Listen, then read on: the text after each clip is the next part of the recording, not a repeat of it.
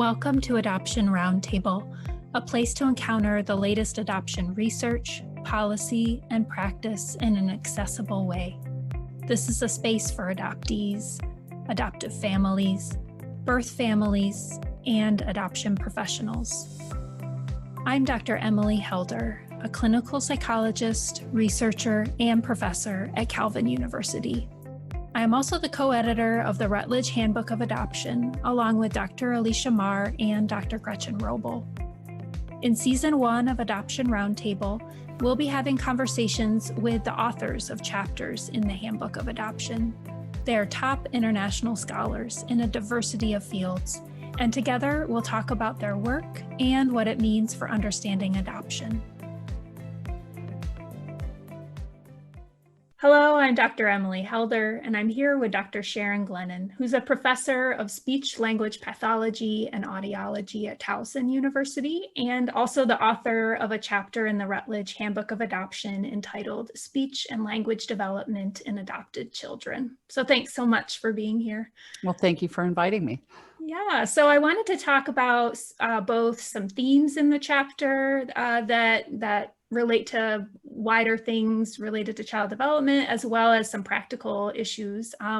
So starting out, one of the things that you begin with in the chapter is a discussion about how genetics and environment, the relative role of those, how they interact to impact language. And it really made me think a bit about how we've moved away from a more simplistic idea of nature versus nurture. And so I wondered if you could talk a bit about that complex interaction. It's definitely both. So, we know even from non-adopted children that language abilities are a combination of the genetics you receive from your parents, but then also the environments that you're raised in. And we talk about shared environments and non-shared environments, shared environments being the things that you and everyone around you have in common being in that environment. And then non-shared would be the things that might be unique to you, like the birth order in your home, whether you're the firstborn or secondborn or thirdborn. And we know in really young children that about 50% of a child's language development potential is based on that shared environment. So how good is the caregiving environment? How much language stimulation is the child getting? Is it quality language stimulation? And unfortunately, children who are raised in foster homes and children who are raised in institutional environments tend to not get that quality language input during the early years. And so we see a key factor of them, already sort of starting behind at the point where they might be adopted, because that shared environment that they're in is just not a strong language quality environment. The good news is that when we move these kids into a good quality language home where they're really being enriched and getting life experiences, is that we can make up part of that deficit. And we see in kids who are internationally adopted especially, that there's huge catch-up growth that occurs during the first few years after adoption. But unfortunately, our research is showing that we can't always fully close that gap. And while certainly there are some adopted children who do exceptionally well, the children I've worked with, I've seen children who are gifted and talented. As a group, they tend to not do as well as their peers.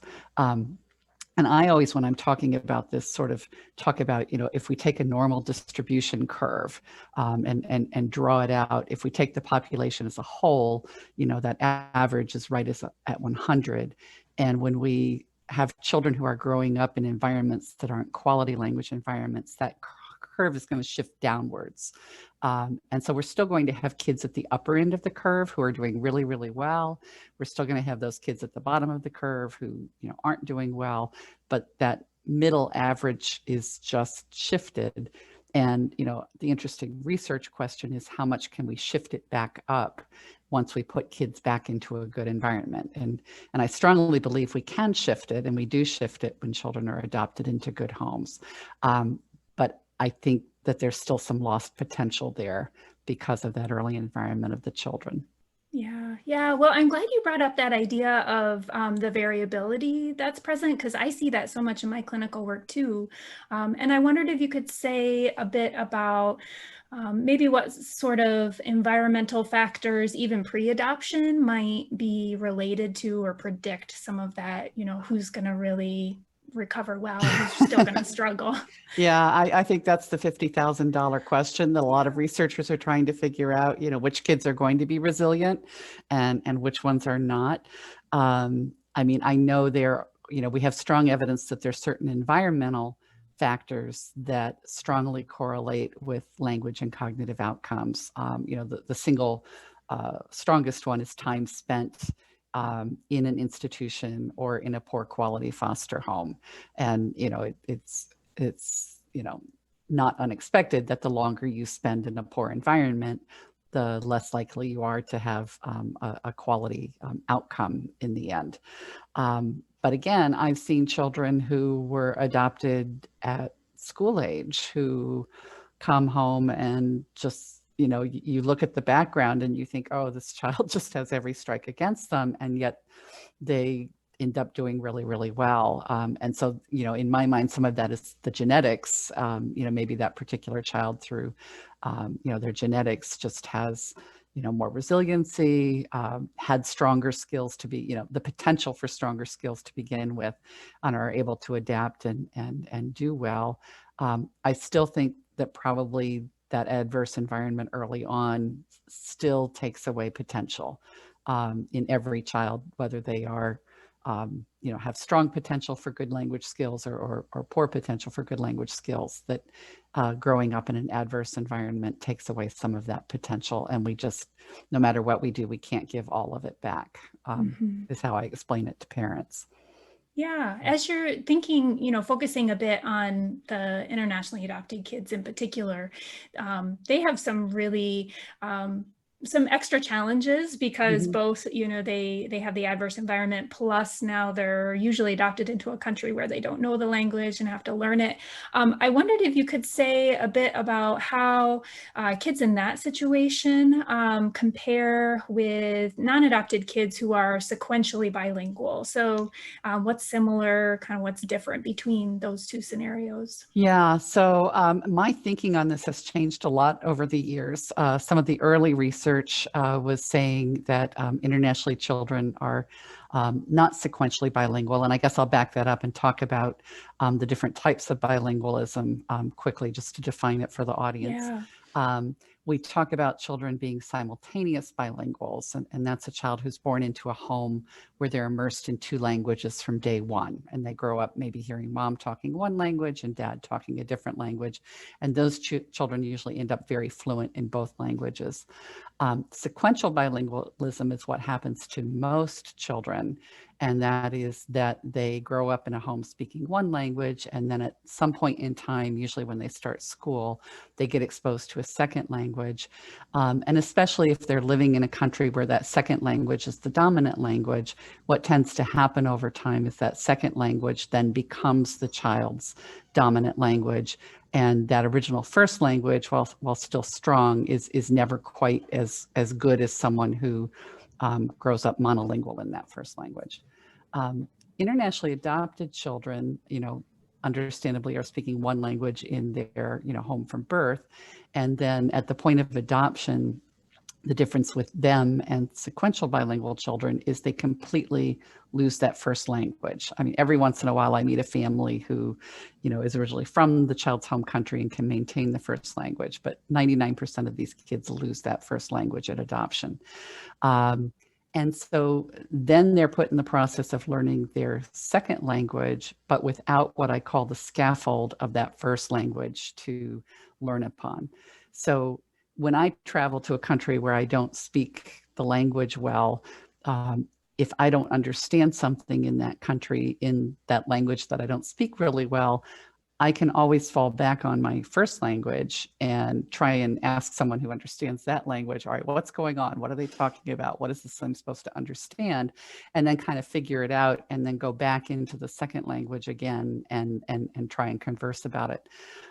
Internationally adopted children who come here, especially those who are adopted close to school age, maybe starting kindergarten or first grade or second grade, and they're suddenly supposed to be learning these concepts, math concepts and reading concepts and social studies concepts, and they're doing it in a new language.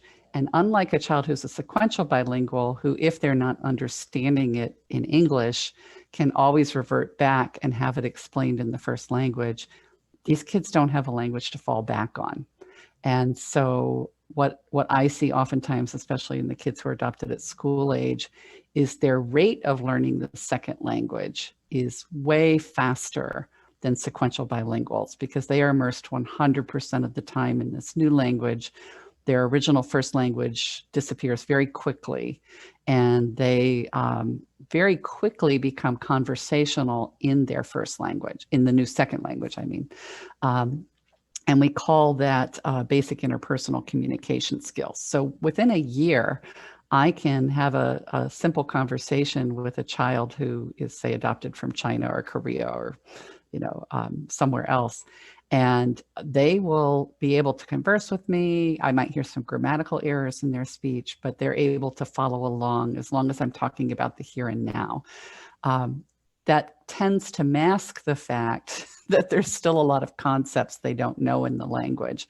And so when they are listening to more academic concepts in school, they are missing a lot of information. And a lot of times families and teachers kind of miss this because the kids are so conversational and appear pragmatically to be doing really, really well.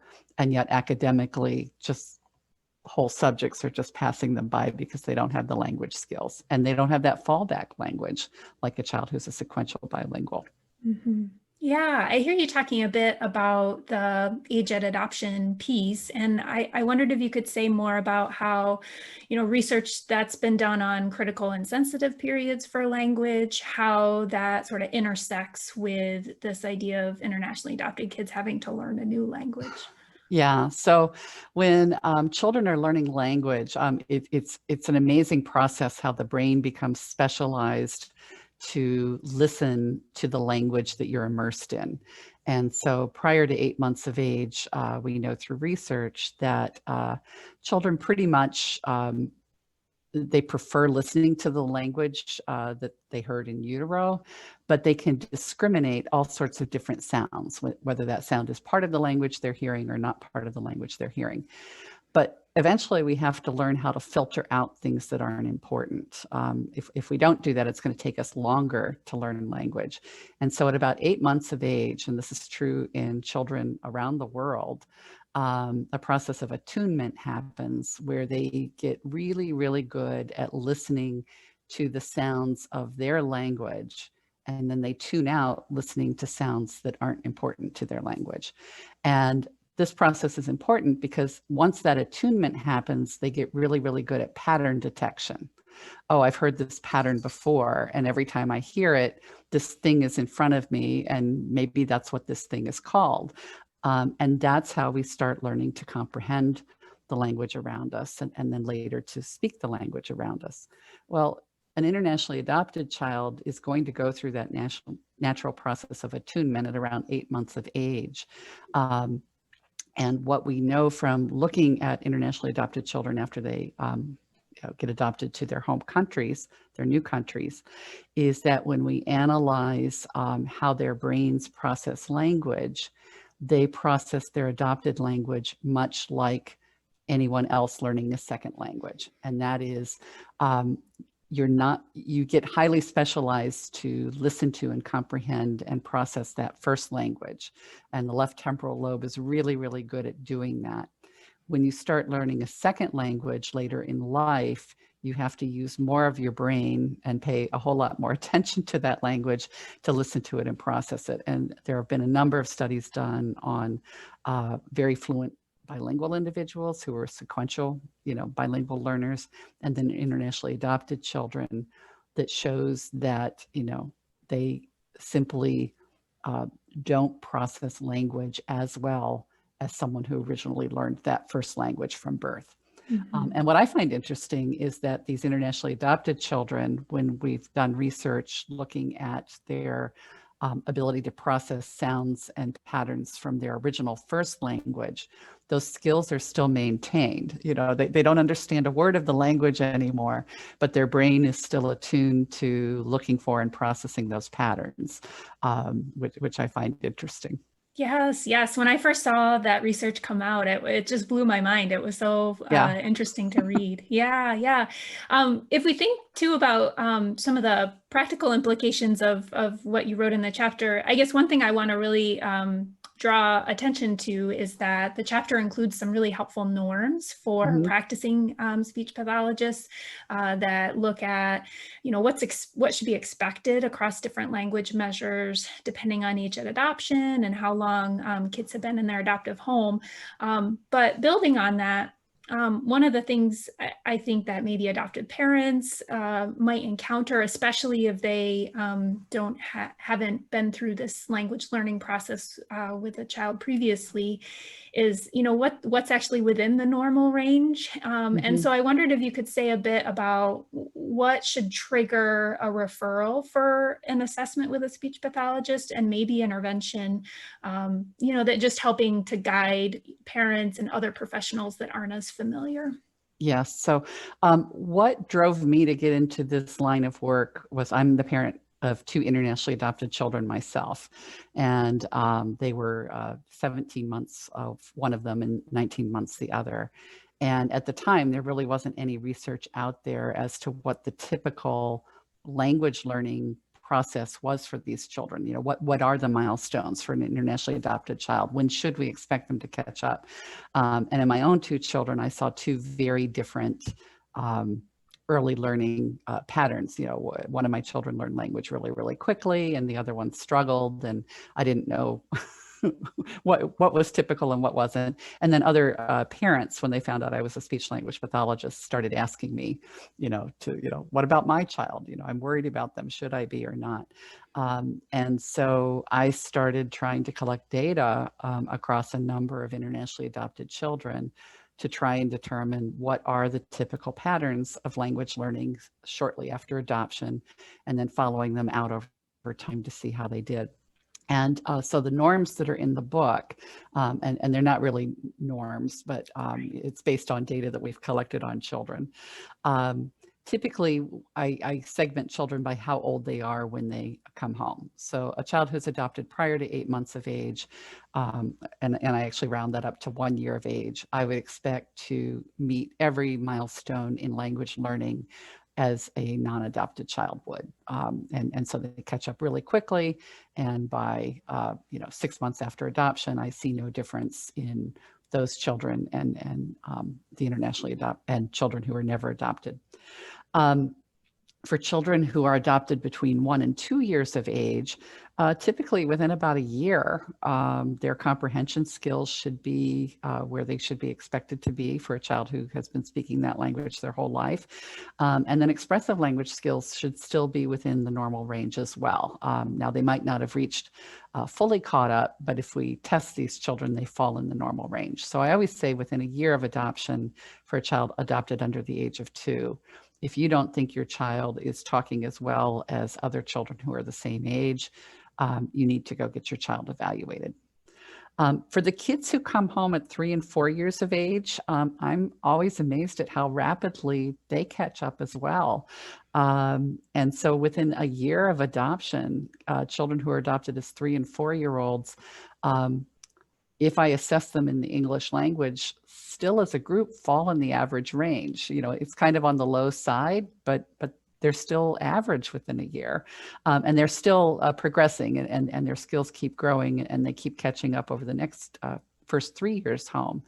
But again, if you have a child who was adopted as a 3 and 4 year old, and within a year of adoption, you don't think they're sort of falling within that typical average range, then you really need to go have your child assessed by professionals. And for the kids who are adopted at school age, the 5-year-olds and up, I don't have great answers there, but and I don't have a lot of data to let me feel confident about what I have to say. But based on the children that I've seen professionally and the children who I've studied, typically within a year, their basic conversational fluency skills should be pretty good. You should be able to, have a conversation with them about what they did today, what they're doing tomorrow. They're going to make grammatical errors and they may have some pronunciation errors, but they still should have enough fluency that you're able to have basic conversations with them. Again, it's all those concepts that they have to learn and learn quickly that are going to take years and years and years of learning to get them caught up. But if I see a child who's not conversant at a functional level within a year of adoption, I start to get very concerned. Yeah, one of the things as when I do clinical assessments with kids and help families sort of navigate the school issues, I guess I should say I encounter this more with kids adopted at school age, where they're seen at school generally more through an English language learner lens, so that they're getting ELL services. But I suspect that probably overlaid on top of that are maybe some academic learning disabilities or perhaps, communication deficit. And it becomes really challenging to get them access to services because a lot of the requirements are that, the learning disability can't be due to lack of exposure to English. But then I'm stuck because I can't assess them in their birth language because they've lost it. So I wondered if you had advice for professionals or families in this kind of in-between. I wish I had the magic key to this, because I've sat at many tables at schools for children that I've assessed, advocating for them. And it's just been a tough, uphill road each time. Sometimes it's not. I had one child who she was in my study, adopted at age 4 and struggling with language.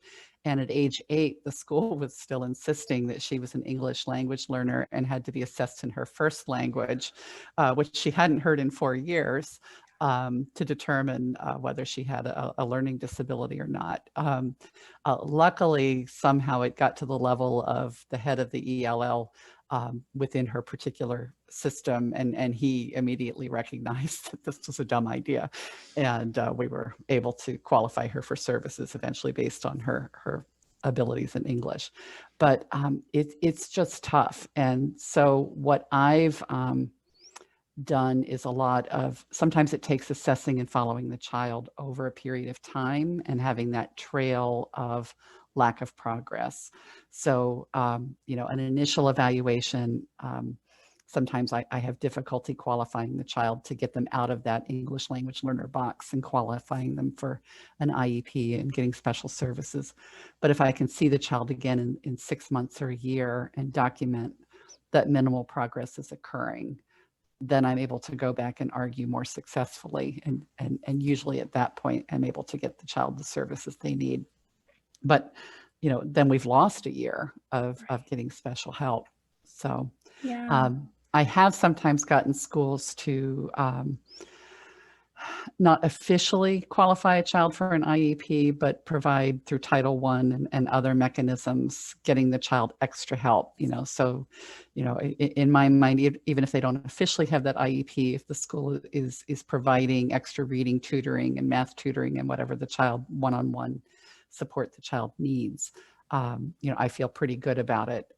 And then once we sort of track over time that no progress has been made, maybe, a year or 2 later, we can go back and get the child to qualify for an IEP. But it's tough. Do you have any hints for me? No. I just run into this all the time. And it's just really challenging. I mean, I tend to just handle it on an individual case-by-case basis. Well, and some of it is specific to the team working with that particular child at that particular school. I find some school educators and professionals are much more willing to be flexible, and then others are very unwilling. One little boy I worked with who really struggled and had some significant learning disabilities, and his teacher was advocating for him. Even the English language learner a specialist was advocating for him, and others in the school were advocating for him. But the particular speech language pathologist in this school didn't want him on her caseload and wasn't advocating for him to get services. And finally said, well, okay, I'll see him, but only for articulation therapy to work on his pronunciation, which was the least of his issues. Right. It was like, oh my goodness. Yeah, helping, supporting families as they walk that line of being a strong advocate, but also needing to maintain relationships at schools. Exactly. It's challenging. Exactly. Yeah. As we wrap up, can you say a bit too about what you see as the broader implications of language difficulties for children in the school setting? Again, I think the broader implication, and especially for these kids who are adopted at older ages, is just they have to learn so much vocabulary so quickly. The good news is that vocabulary is typically a strength in these kids. It's the one language area that's not affected neurobiologically as much by a change in language. But if you think about all the words that you need to learn to make sense of the world around you, they start day one in a rapid catch-up race, trying to learn all of those concepts. And there's so many little nuances. There was a little boy who I remember I was assessing, and I needed a timer with a second hand, and I looked up to see if the clock on the wall had one. And I said, oh, it doesn't have a second hand. And he looked at the same clock and he goes, no, it has two hands. It doesn't have a third hand.